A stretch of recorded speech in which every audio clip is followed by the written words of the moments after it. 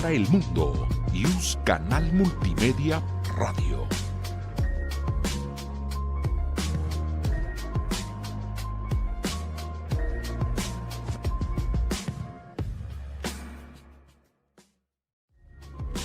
IUS Canal Multimedia. Derecho a tus oídos. Desde la Ciudad de México para el mundo. IUS Canal Multimedia Radio.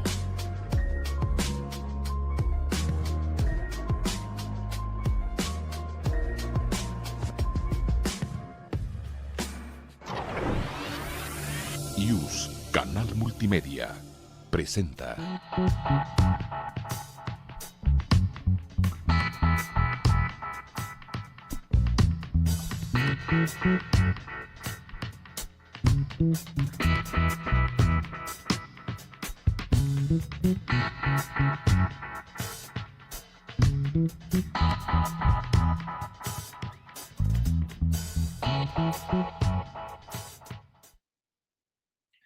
Muy buenos días, tengan todos ustedes bienvenidos, bienvenidas a una edición más de Categorías Sospechosas.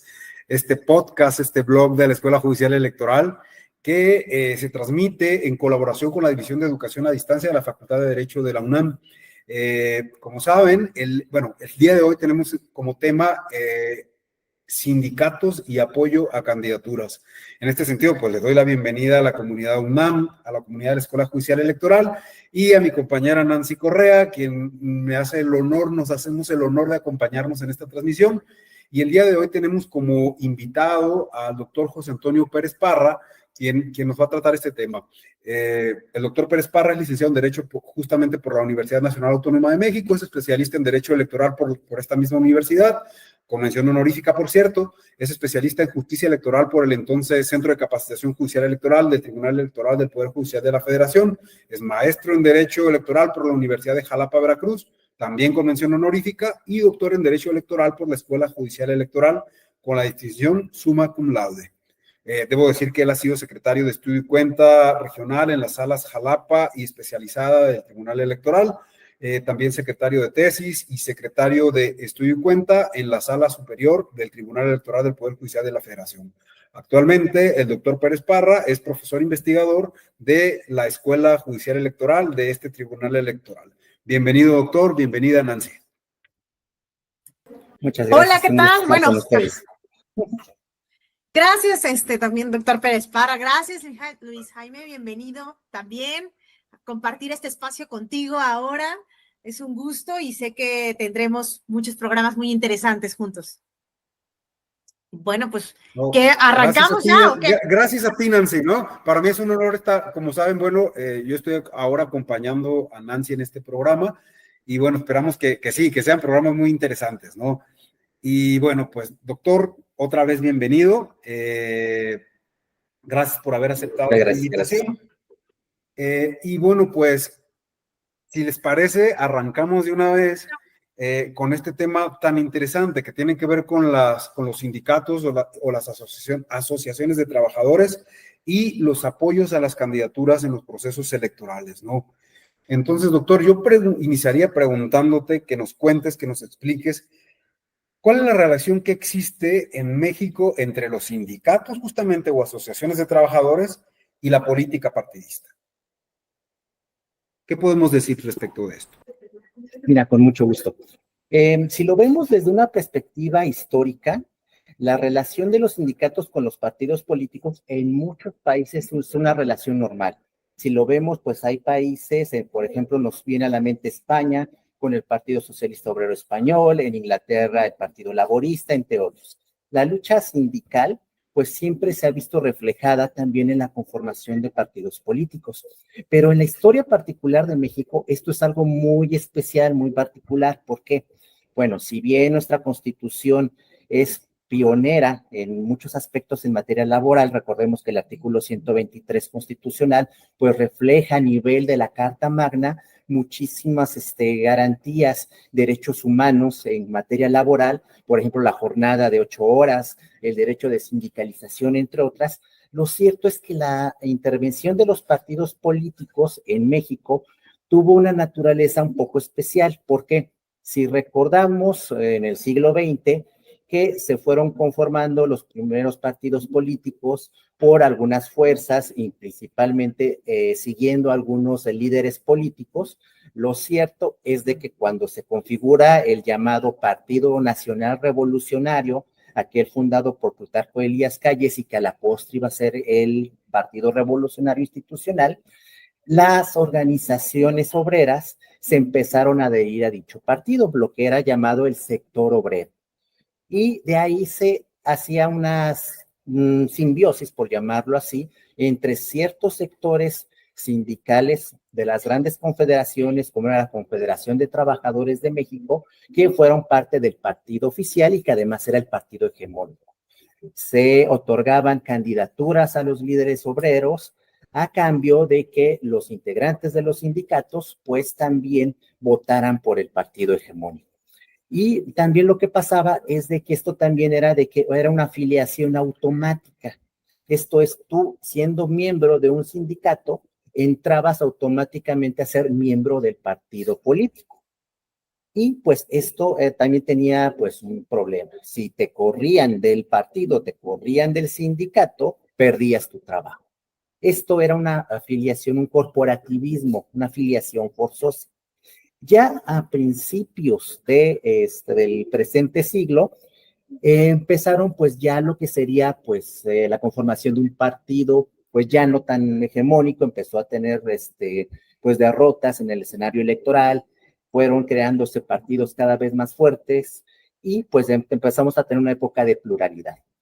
Algunos autores mencionan que, bueno, en esos años de las reformas de la década del 2000, por ahí del 2006, se dio la constitución de un partido político que ustedes recordarán, Partido Nueva Alianza, que se constituyó en su momento por muchos miembros del Sindicato de Trabajadores de la Educación. Al conformarse este partido, surgieron voces de que, bueno, ya hay que tratar de evitar esta forma de sindicalismo, de conformar los partidos políticos, y se hizo una reforma en la cual todavía lo tenemos vigente, en la cual no se pueden intervenir los sindicatos, organizaciones gremiales en la conformación de partidos políticos. Y además, la jurisprudencia del Tribunal Electoral señala que el hecho de que se hagan eventos, se hagan mítines sindicales en apoyo a campañas políticas, eso implica una coacción de por sí, o sea, inclusive se tiene una presunción de que así es.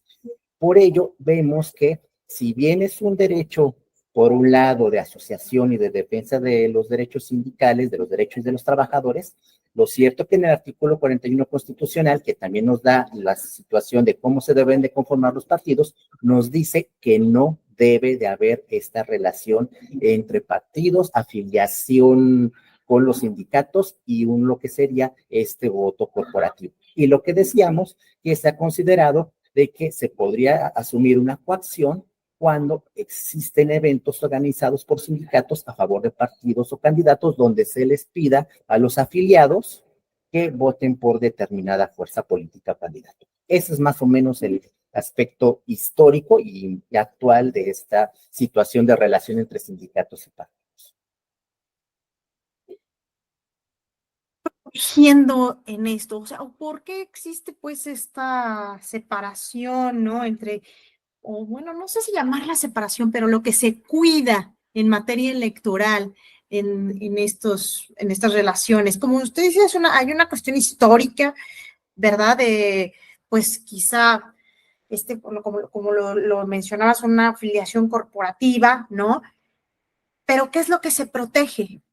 ¿Y qué restricciones formales existen? Porque una cosa es lo que ha construido pues también la Sala Superior y otra lo que existe en la ley, cómo está diseñado entonces esa relación entre sindicatos y la política en general.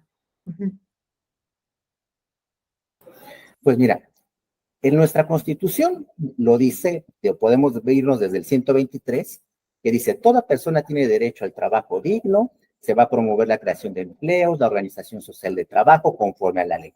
pero también la propia fracción del apartado A, la 16, dice, tanto los obreros como los empresarios tienen derecho para coaligarse en defensa de sus respectivos intereses, formando sindicatos, asociaciones profesionales. Entonces, técnicamente podríamos decir, todo lo que es el derecho de asociación en materia laboral es para la defensa de sus intereses.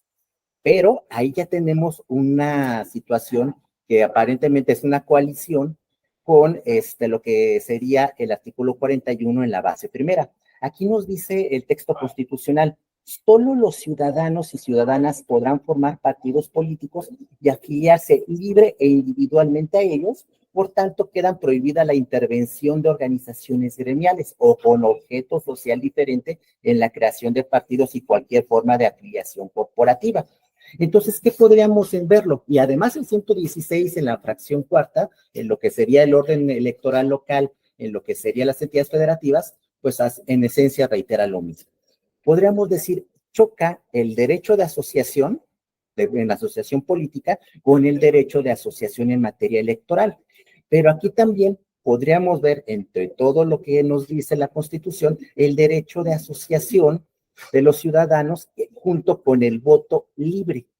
Y aquí la característica del voto libre es que cuando te asocian a un sindicato, a algún gremio, te piden que votes a favor de la fuerza con la que tiene estos convenios. Y por eso decíamos, históricamente, inclusive, el Partido Revolucionario Institucional tenía un sector obrero en el cual la Confederación de Trabajadores era quien agrupaba a todos los sindicatos y estos se veían obligados a votar por ese partido. Y lamentablemente hemos visto que posteriormente, a pesar de que se ha tratado de evitar esta situación, por ejemplo, los últimos casos en los cuales se ha discutido el registro de partidos políticos, que fue con redes sociales progresistas, con el Grupo Promotor de México, había participación de sindicatos. En uno se demostró que sí había una participación abierta, completa, y otras que sí había algunos indicios por ahí, pero que no fueron suficientes. Pero sí lo que hemos visto es una tendencia tanto del legislador como de que se ha reiterado en el Tribunal Electoral que no se debe de hacer esta simbiosis de afectar el voto libre, que es precisamente lo que estaríamos tutelando, además del derecho de asociación, que en materia sindical, pues tú tienes los sindicatos, los tribunales laborales para defender tus intereses laborales y lo que sería la justicia electoral y el derecho de asociación individual, que ese sería lo principal que estaríamos tutelando. Doctor, un poquito con base en esta inquietud que planteaba Nancy de qué se protege, ¿no? Me preguntaba mientras te escuchaba, bueno, ok, esta norma que tiene estas características, pero luego me preguntaba, bueno, desde el punto de vista del individuo o del ciudadano o de la ciudadanía, ¿qué se protege ahí para el ciudadano, la ciudadana? Y por otro lado, ¿qué se protege en términos del propio sistema electoral, ¿no? Como que veo dos dimensiones al menos. Una, pues la de la ciudadanía que tiene que ejercer un voto, y la otra, la de un sistema partidista y político que hace que funcione todo el mecanismo para que el ciudadano pueda ejercer el voto. Entonces, si pudieras como ayudarnos a hacer la distinción entre la protección para la ciudadanía per se, digamos, y para el sistema político electoral, por otra parte. Político sí, de hecho, inclusive, como dentro de lo que sería protección a la ciudadanía, hay que tratar de proteger el principio del sufragio universal, libre, secreto y directo, que cuando precisamente está esta situación de afiliación obligatoria se desaparece.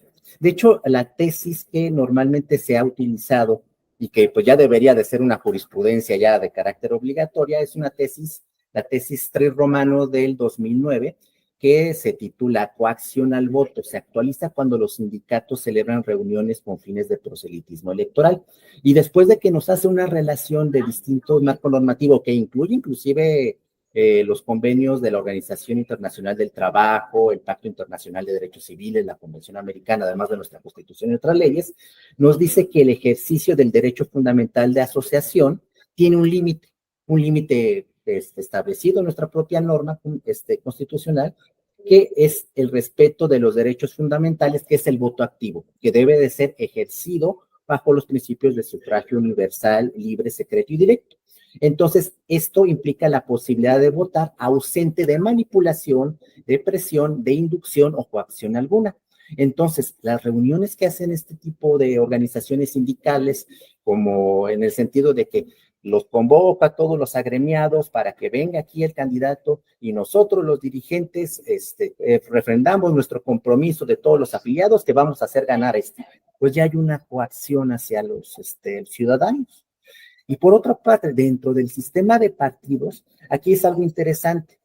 De hecho, como les decía al principio, en muchos países se ve normal que haya partidos laboristas, partidos sindicales. El problema es que en México el sindicalismo se utilizó para coaccionar el voto y no fueron partidos que se crearon exclusivamente para la defensa de los trabajadores, como por ejemplo en Brasil el Partido de los Trabajadores, o las corrientes de los partidos en Inglaterra, que eran precisamente de ciudadanos que pues trataban de defenderse de los atropellos que tenían otras fuerzas políticas hacia ellos. Era la búsqueda del reconocimiento de sus derechos laborales. Entonces aquí sí en México podríamos quizá en el futuro ya ir pensando en que por qué no se puede utilizar algún tipo de conformación de partidos políticos con el apoyo de los trabajadores, sin llegar al exceso de lo que hemos visto en la práctica, de que pues les hacen obligatorio votar en determinada fuerza política con la amenaza de perder tu fuente de trabajo. Esa sería la problemática que tuviéramos en pues ya sería la actualidad. En esto que dices, doctor, o sea, no hay algo malo en que lo que tuvimos, ese partido Nueva Alianza conformado mayoritariamente por maestros, ¿no? En sí ahí no hay algo ilícito, entiendo esto, pues, sino lo ilícito viene en cómo se llega a crear ese partido, ¿no? De hecho, en ese momento no había esa restricción, sino fue con la conformación de Nueva Alianza que al año siguiente se pone este impedimento a nivel constitucional. Por eso muchos decían, esta reforma parece orientada como que se dirigida hacia esa fuerza política en esos años. Entonces, digamos, hoy con esta prohibición constitucional, sí no podría existir nuevamente Nueva Alianza. O bueno, o un partido de los maestros. Un partido de maestros. De hecho, inclusive de los asuntos que les comentaba de redes sociales progresistas, sí se le entregó el registro, se señaló, existió cierta intervención de algunos agremiados del mismo sindicato, del Sindicato Nacional de Trabajadores de la Educación, porque hubo una afiliación de estos miembros, pero no fue lo suficiente para que se viera que era una afiliación corporativa, o sea que el sindicato les dijo, vayamos todos afiliados. Pero por otro lado, sí hubo, en el caso del Grupo Social Promotor de México, sí se demostró una alta participación. Hubo 10,000 de 374,000 afiliaciones aproximados en números redondos y utilización de edificios del sindicato y también la participación de 53 dirigentes sindicales, no solamente eran agremiados. Entonces, si yo utilizo a los dirigentes sindicales, pues eso voy a hacer una cascada de coacción hacia a los agremiados, ¿no? Entonces, por ello tenemos que ser así como que muy cautos de que sí, o sea, el derecho para constituir un partido político, si es de una manera individual o inclusive podemos decir que es un deseo de los trabajadores en general, de una fuerza sindical o de varias fuerzas sindicales constituir un partido, no hay problema. El problema es cuando se utiliza la forma corporativa y tratar de asumir un partido como y sindicato como uno mismo. Ese sería el problema, porque ahí sí ya vulneramos los derechos del ciudadano en general de poder emitir su voto libre. Yo no quiero votar, aunque me están haciendo participar en la conformación de un partido. Yo no quiero votar por ellos. Pues si no lo haces, pues te quito tu trabajo. Eso es lo que no podemos permitir. Y otro tema también en esto ha sido, ha sido la participación que tienen los sindicatos en las campañas, ¿no? Al final siguen siendo grupos importantes a los que recurren las candidaturas para mostrar ese músculo, pues de tierra, ¿no? Y sabemos además que, por ejemplo, en mítines, pues, hay presencia muchas veces de esto, ¿no? Y es muy importante aún que las candidaturas recurran a esas bases.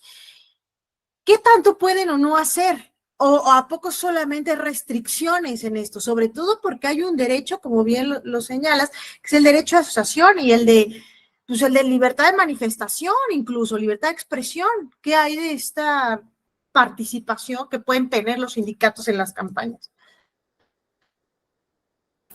Mira, de hecho, inclusive podríamos decir, bueno, los candidatos, los partidos, pues tienen esta libertad de expresión, dirigirse al electorado y no habría ningún problema.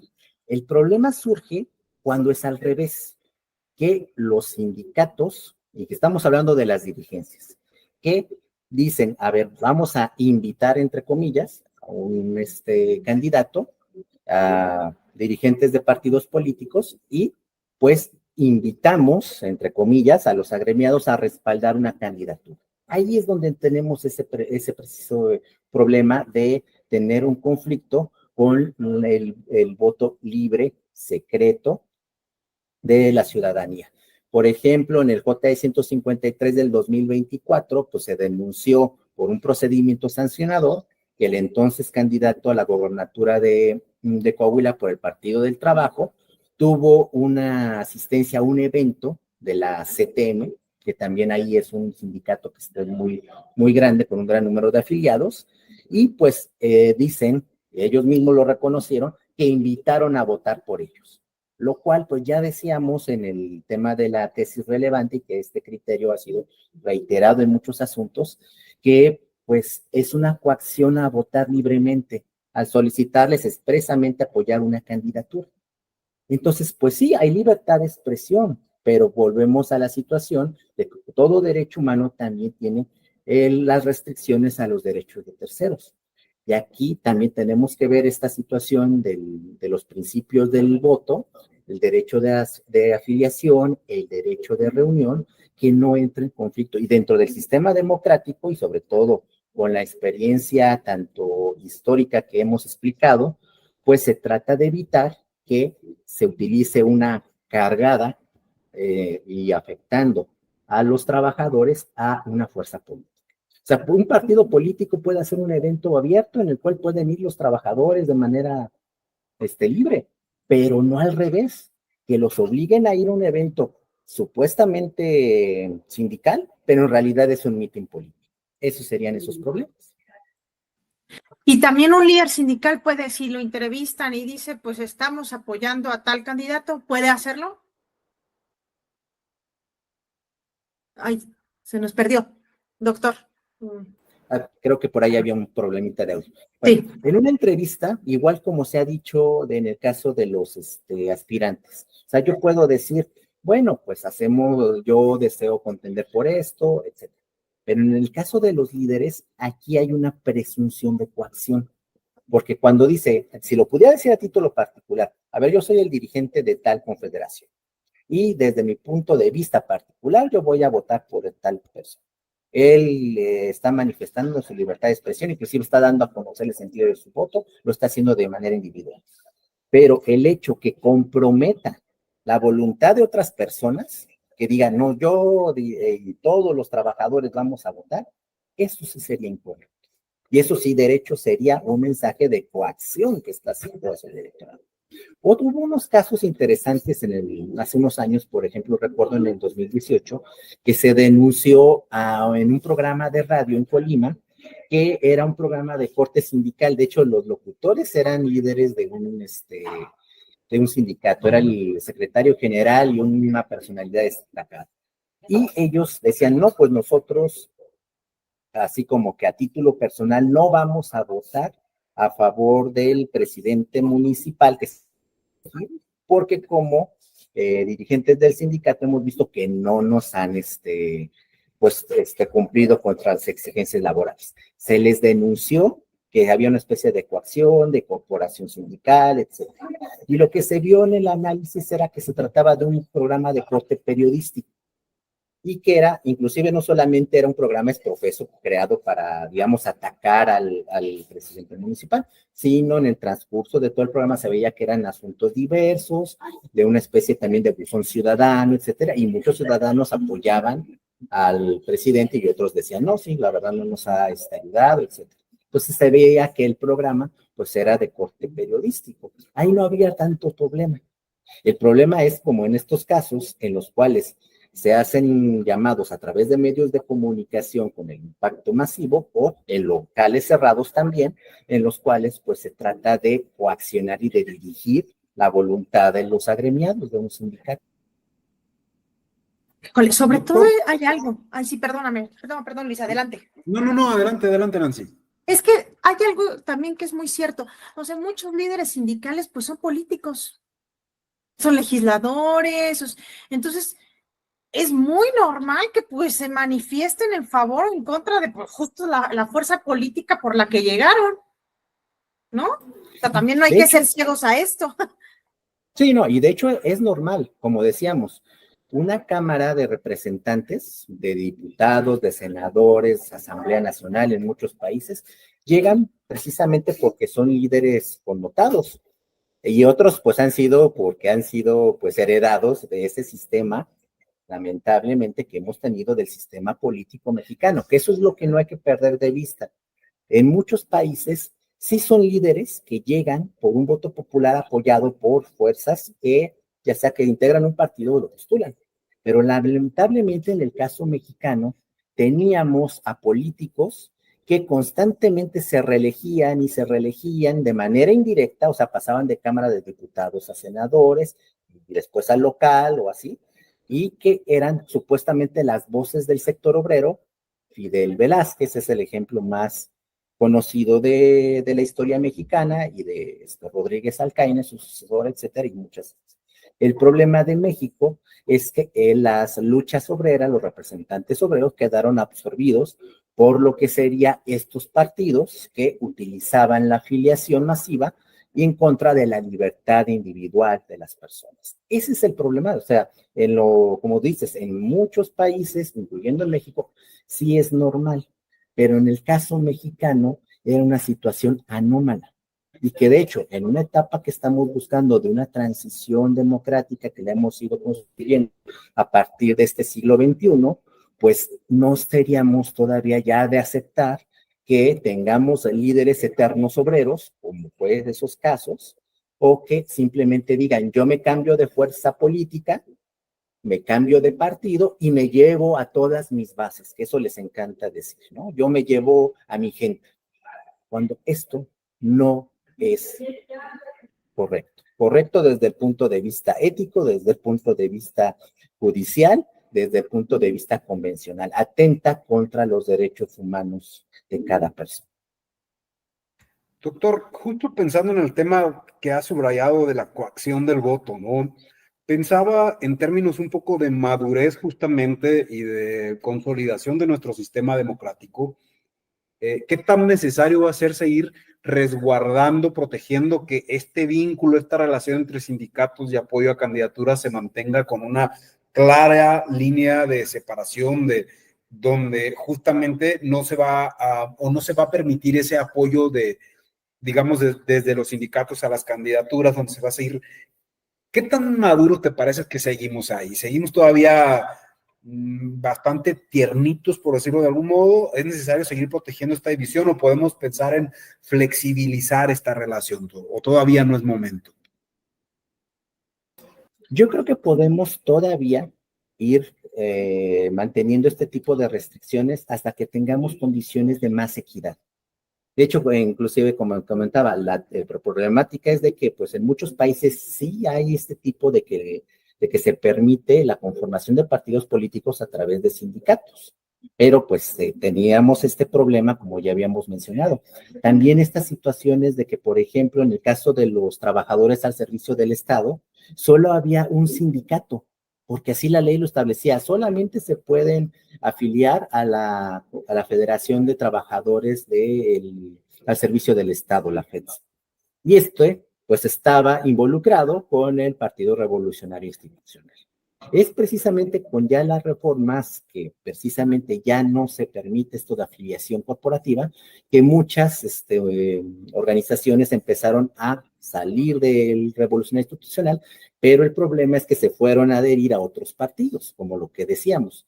Yo, líder tal, no me dieron mi cargo que yo esperaba, me llevo mis bases porque este partido sí me va a dar.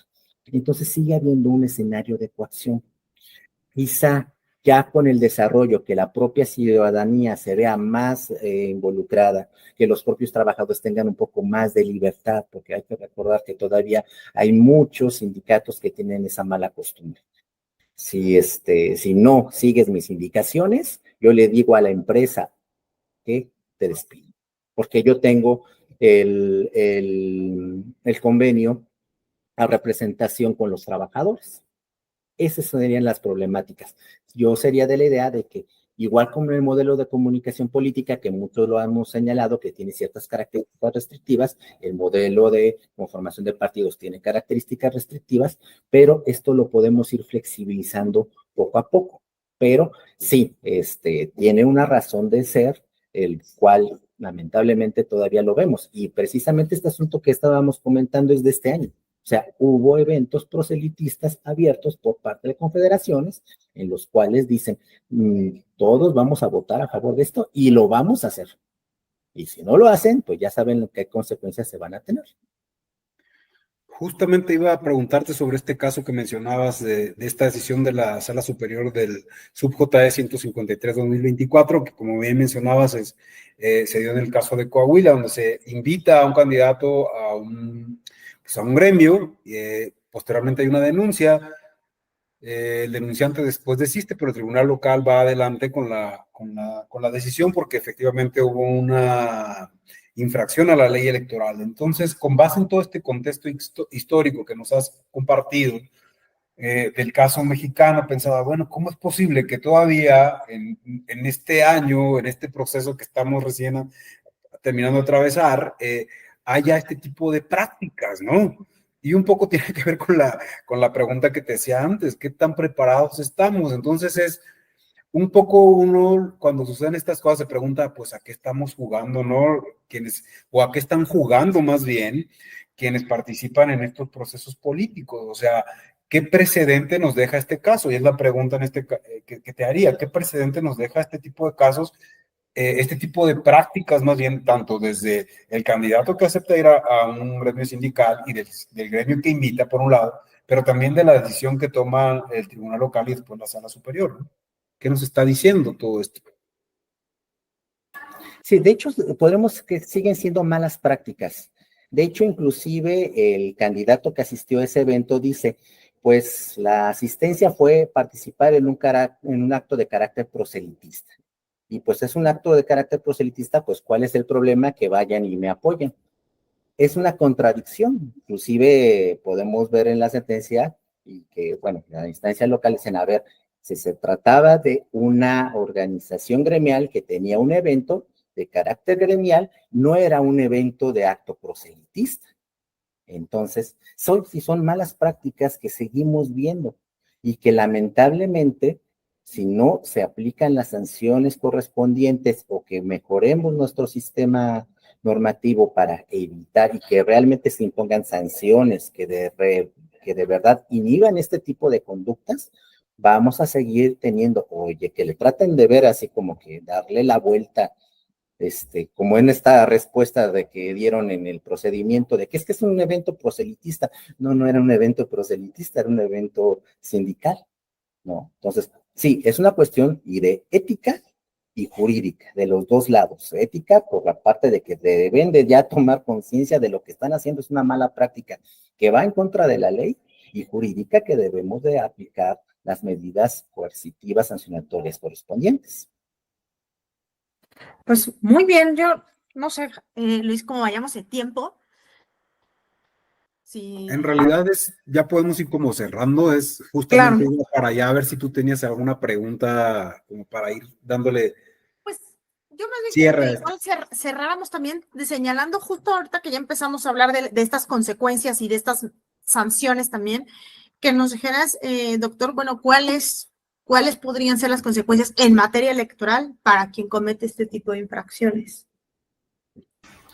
Cuando se trata de situaciones que son cometidas por los sindicatos, como cualquier persona moral, cuando son por partidos políticos y cuando son candidaturas, la ley nos prevé desde llamados de atención, que son amonestaciones, a lo que sería multas económicas, ya sea pues a lo que sería el patrimonio de cada individuo, o tratándose de los partidos, pues en costa de sus prerrogativas.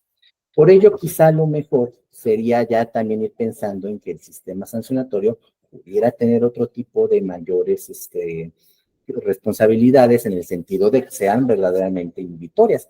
Eso es lo que se ha criticado, por ejemplo, en el caso de los partidos, que dicen, pues bueno, ¿cuánto les significa perder si las multas son bajas de un parámetro bajo que se establece en la ley? Y que de todas maneras es prerrogativa pública que simplemente se les descuenta. A lo mejor a una persona física, una persona moral, sí le podría ser un poco oneroso, pero de todas maneras las sanciones se imponen conforme a su capacidad económica. No podemos establecer multas fijas. Entonces, sí, a lo mejor ya hay que ir planteando también algunas posibilidades de que, pues, sí se sancione al partido político con ir diciendo, bueno, te vamos contando este tipo de irregularidades para la situación de la calificación de la elección, por ejemplo, o en el caso de que sí sean sanciones sobre sus prerrogativas, pero que tengan un tipo de consecuencia. Si se hizo un tipo de conducta ilícita en medios de comunicación, la sanción se aplique al medio de comunicación en el sentido de su prerrogativa. Lo que hemos visto que se ha hecho, por ejemplo, en violencia de género. Tú emites un mensaje de violencia de género, en el mismo medio tienes que solicitar una medida de reparación y vas a tener que dar una disculpa pública, ¿no? Tendríamos que ir pensando este tipo de sanciones para que realmente piensen un poquito, reflexionen en algo y no piensen que en el sentido de que una multa diga, yo ya sé cuánto cuesta la multa, es $1, pues aquí están otros $3, de una vez se las pago por adelantado. Para mí el beneficio es mayor, ¿no? Tenemos que empezar también a pensar y hacer un régimen sancionatorio que realmente inhibe este tipo de conductas. Bien, doctor, pues además de todo lo que ya nos has explicado, ¿hay algún otro punto que te gustaría recalcar, cerrar, como para ir concluyendo esta conversación? Sí, de hecho, inclusive como comentábamos en el desarrollo de la plática, ojalá y que con la situación de una conformación plural de nuestra propia democracia, podamos dar el paso adelante de ir quitando este tipo de restricciones que, como decíamos, si lo vemos a nivel internacional, podríamos decir, pues estamos hasta un poquito hasta restrictivos, atrasados, con otras democracias, pero tenemos que ir avanzando en este sentido de ir perfeccionando nuestra democracia para que ya en el futuro tengamos verdaderos partidos políticos que defiendan los intereses de sus trabajadores y no esta situación de mero interés pragmático o de coacción de cúpulas sindicales hacia lo que serían los agremiados. Yo espero que en el futuro pues tengamos una evolución democrática que nos permita tener verdaderos partidos conformados de manera libre por trabajadores. Muy Nancy, bien. ¿hay algo que te gustaría decir para cerrar? No, pues muchas gracias al doctor por esta ilustración del tema y nos queda, esperemos que no sea materia ya de las elecciones, que no haya malas prácticas, ¿no? En realidad es lo que esperamos. Bueno. Ay, Luis, tu micrófono. Ya, les agradezco muchísimo a los dos. Gracias, doctor, por la invitación, por esta explicación que ha sido muy precisa, pero muy rigurosa y muy clarificadora también para entender por qué los sindicatos no pueden participar en los procesos electorales apoyando candidaturas y qué es lo que hay de fondo. Y sobre todo, bueno, pues tenemos una historia una historia reciente en nuestro país, donde los sindicatos han estado muy involucrados en los procesos y que de repente, inclusive esta restricción que tú nos decías, se puede pues comprender más a la luz del contexto histórico y cultural que tenemos en México, ¿no? Entonces, pues creo que eso nos ayuda mucho a ver el panorama. Yo les agradezco, por supuesto, también a toda nuestra comunidad de la UNAM, a nuestra comunidad de la Escuela Judicial Electoral, por habernos acompañado, por habernos brindado su atención. Los esperamos, por supuesto, en un próximo episodio.